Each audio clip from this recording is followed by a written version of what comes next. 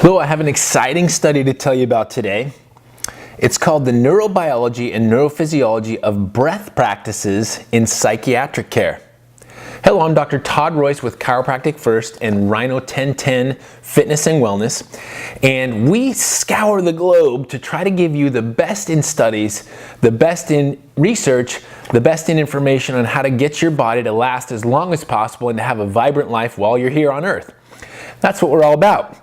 So this study, this is from the journal Psychiatric Care and was a study done at New York Medical College.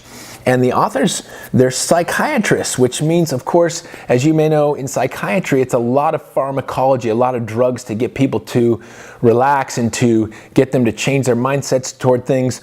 But this is something that God put right inside you, built right in you, the mechanism to deal with most of these things very powerfully. Now, most people might say, I already know how to breathe. But there are particular ways to breathe, and I'm going to show you at the end of this video exactly how the best, most efficient way to do this. But what this study is saying is that your breath greatly influences your autonomic, your automatic nervous system. So this says, autonomic nervous system dysfunction is associated with most disorders seen in pediatric and adult psychiatric practice, including anxiety disorders, depression, PTSD, hostility and aggression, attention deficit disorders, and autism spectrum disorder.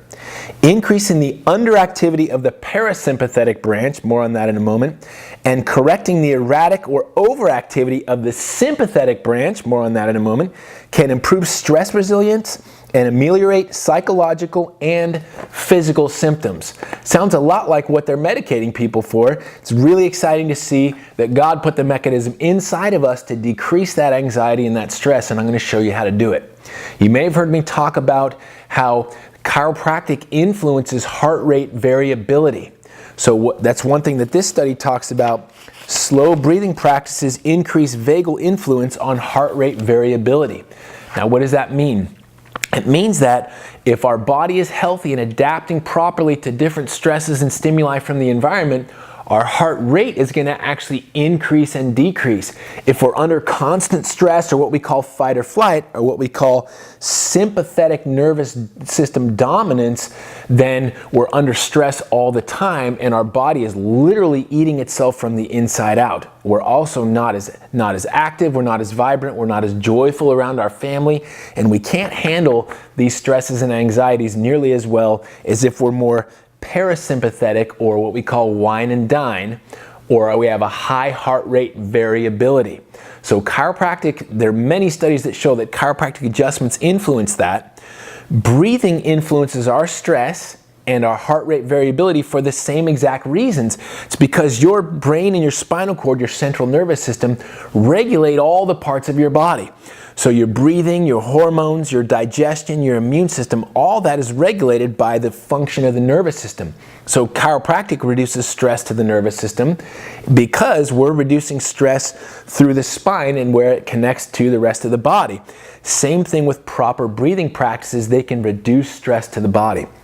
So we teach in our Rhino 1010 10-week program, and I teach it to lots of patients. When I find that their spine's not moving correctly, when they're not holding adjustments, or if they're just stressed from visit to visit, I will teach them this box breathing practice. This has been around for a long, long time, but I recently learned this exact practice from Coach Mark Devine from the Seal Fit Academy. It's called box breathing because we're going to breathe in the shape of a box.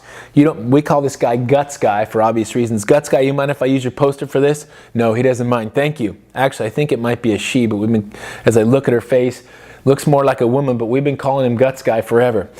But that's beside the point right now. So box breathing works like this. You breathe in for a count of 5 seconds.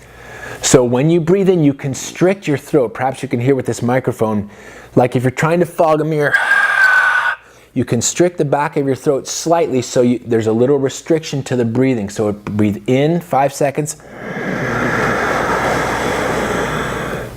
Hold for 5 seconds. Breathe out 5 seconds. Now some of you can't do this amount of time. You have to work up to it. Holding out for 5 seconds. Breathing in. Hold 5 seconds. breathing out. Hold 5 seconds.